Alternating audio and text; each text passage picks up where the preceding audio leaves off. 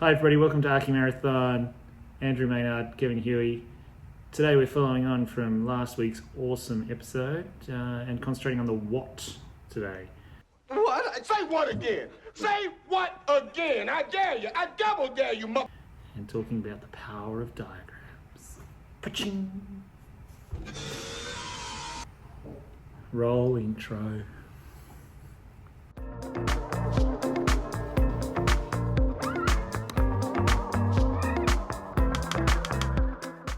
On the phone, it looks good. It looks really good.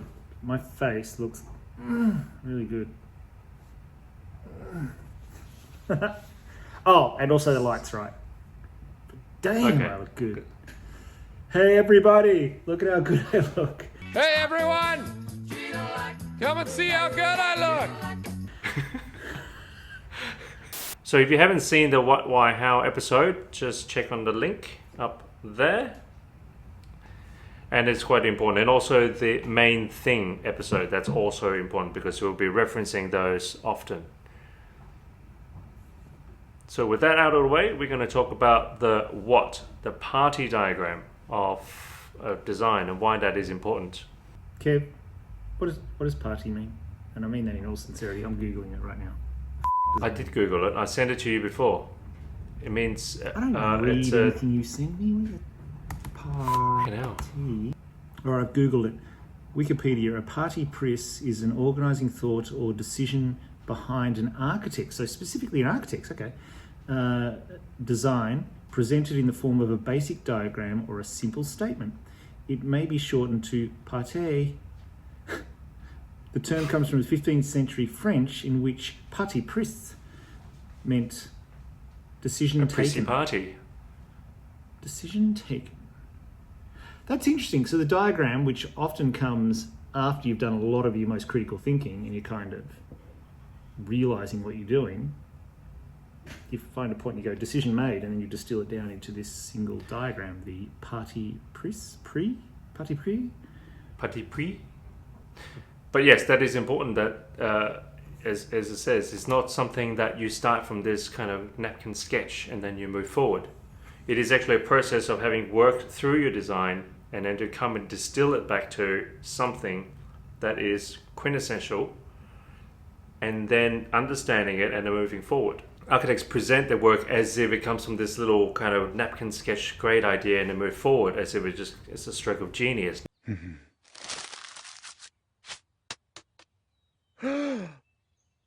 Frank Gehry, you're a genius. Behold, the new Springfield Concert Hall. No, it doesn't work like that. Often it takes you a long time of working through to come to that and then distilling. And this is that distilling process. And the best way to learn how to do that is by actually studying and looking at precedents, other buildings and people and how people have dealt with projects, architects have dealt with projects and how they're formulated and what it means.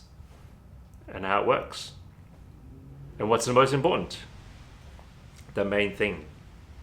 Which often takes discovery. Last week we broke down the Guggenheim Museum and also the Palace of Assembly in Chandigarh. But this week we're going to show more examples and we talk about a broader issue about diagrams. A good simple diagram to look at is something like Glenn Murcutt's Marie Shorthouse. Isn't that Kempsey Farmhouse? Kempsey Farmhouse, and Murcutt now owns this. That's right.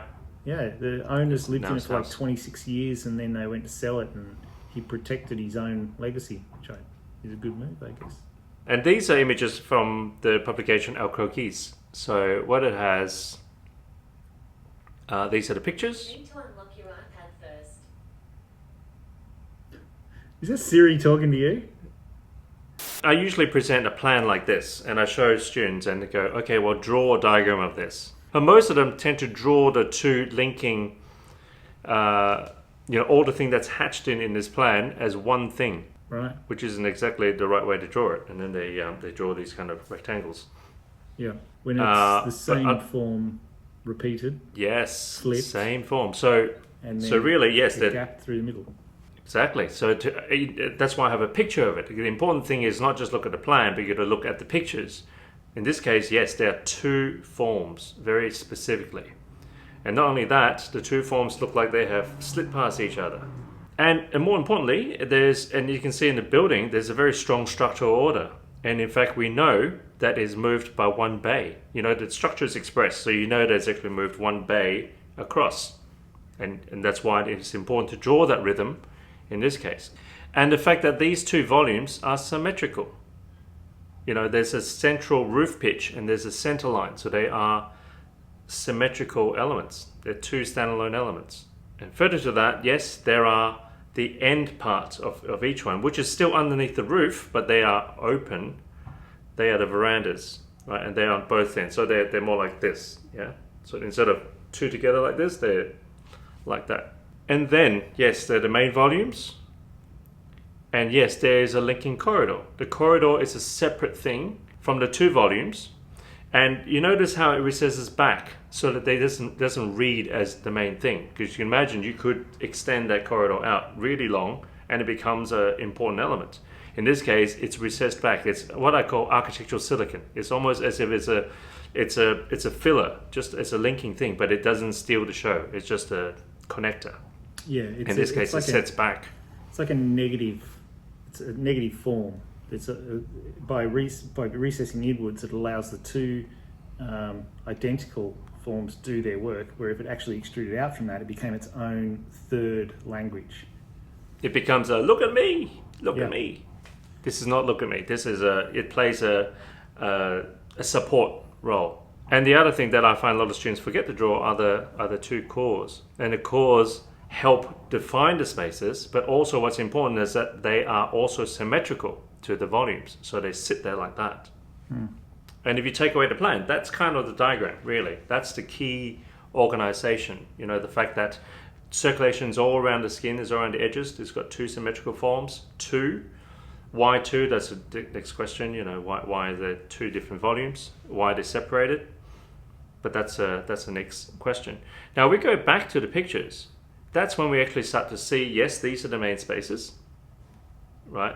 But what's interesting is the connecting space, right? Not only is it a separate ceiling height, which is lower, but also if you look at the flooring, there's a change in direction of the floorboards to say that this is a different element. This is a linking thing between these two long things.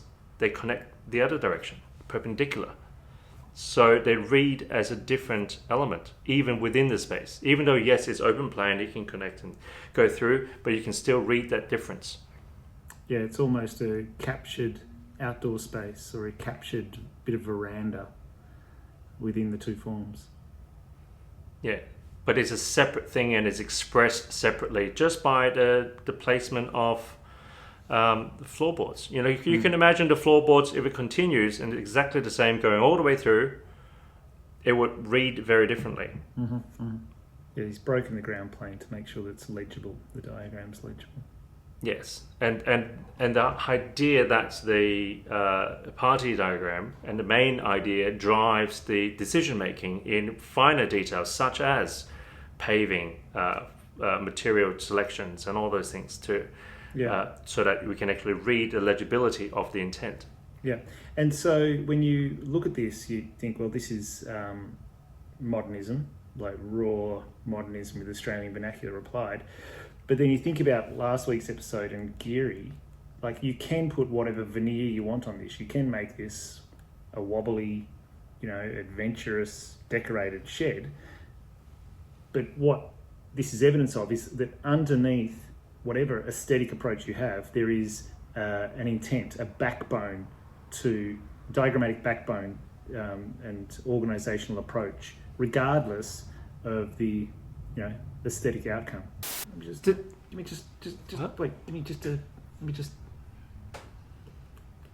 Wait, I need some of that too. Ooh. Hydrate, people. Hydrate. So we're going to look at something a bit more complex. So this is Casa da Musica by OMA in Porto, Portugal. And it's a house of music. So these are the published images. And I think that's quite important to look at publication, not just any kind of blog. Look at proper publications. And we talked about them in the planning the 9 Rules of Architectural Travel Planning episode there. Good publications that actually has a good documentation explanation of the project. When they are publishing something, they are communicating the most important things. These are the pictures that the architect tells the photographer to photograph, because these are the important messages. So to learn from it, it's to look at these pictures and go, well, what are some of the important shots that they have decided to show? And the publications, they show the context, which is quite important.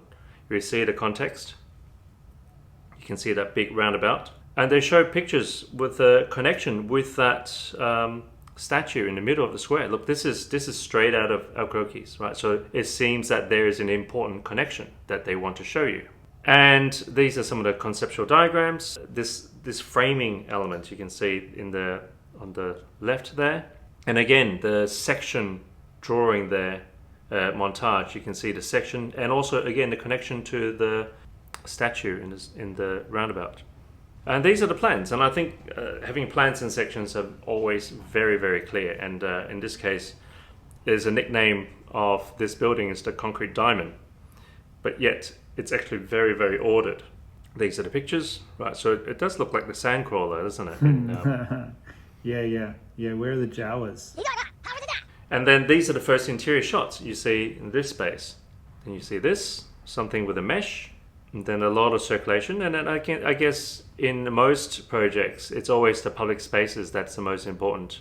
The public spaces, even houses, right? It's the convivial spaces, the public space in the house that is the most important. Bedrooms are bedrooms, but it's all the other bits that where architects spend the most energy and time and effort to explore something that is experienced by everyone.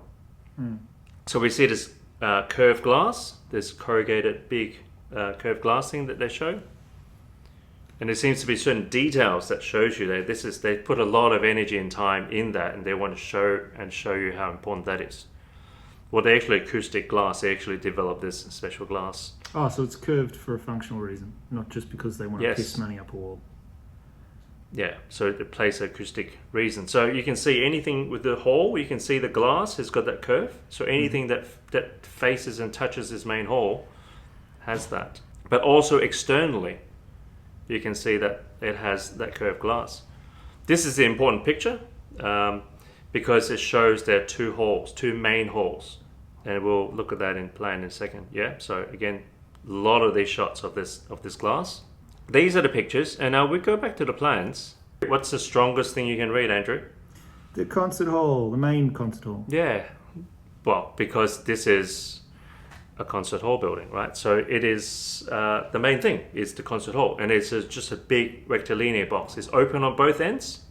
You can circulate around this thing. It's actually a negative, isn't it? The concert, they've created this form, and they've actually pulled a chunk through it, removed a chunk, put glass ends on it. Yeah. And what's important is that it also has a second hall. Yeah. You can see it's a junction. Yeah, so you can see the second hall coming through on a different angle. Right, so we know this center hall, as a diagram, that actually it's central access to that statue in the square. So it's centered to that, because that was an important idea of framing that. But second to that is that second hall that comes through. So in a sense, there's already diagrams here that explains it.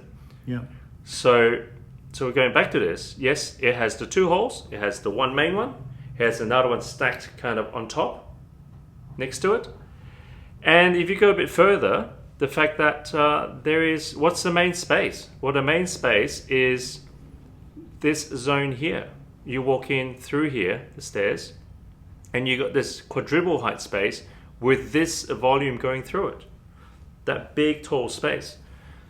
That is the public entrance. That's the first impression that people get. And then behind there, as the next layer, we look at the section. The next layer before the hall, well, that's the pictures with the mesh. That's this space. Between the main hall and, between the main entrance void and the hall, it's this zone, which is, in this case, glowing light behind mesh. That is the front of house services. So you've got the main escalators, lifts, toilets for the front of house, for the concert goers. this is the space for them.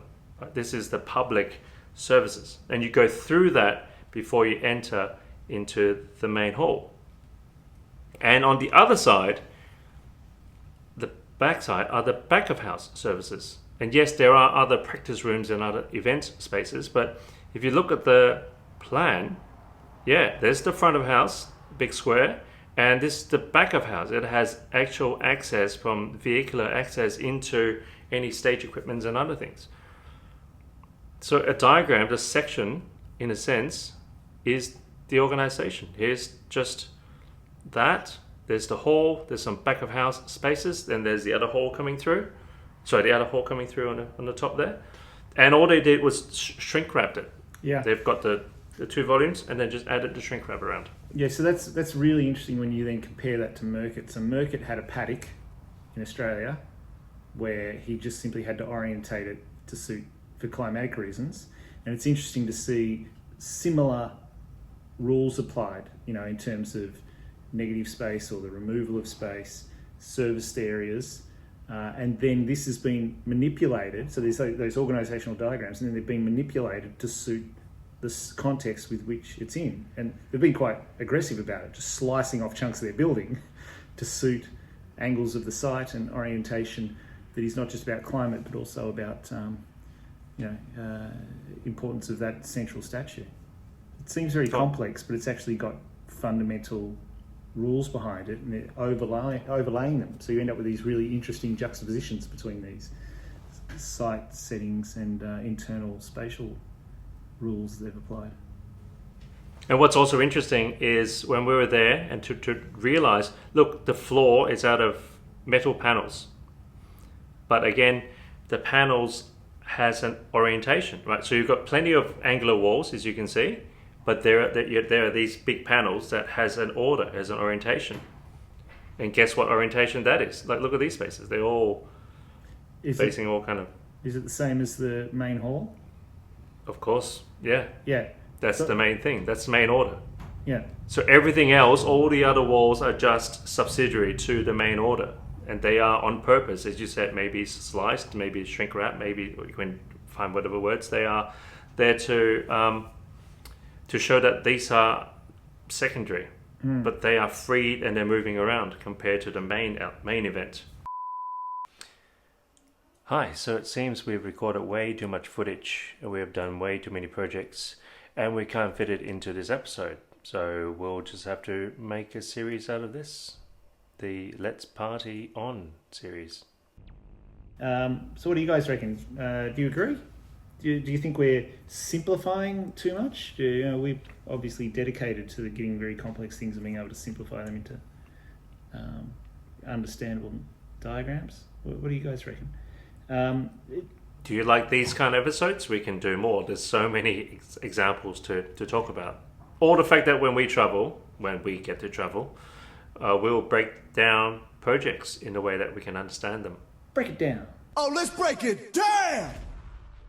If you have a building that you would like us, Kevin, to deconstruct and show its fundamental underlying principles, then let us know. Leave a comment and let us know which buildings you'd like us to have a look at.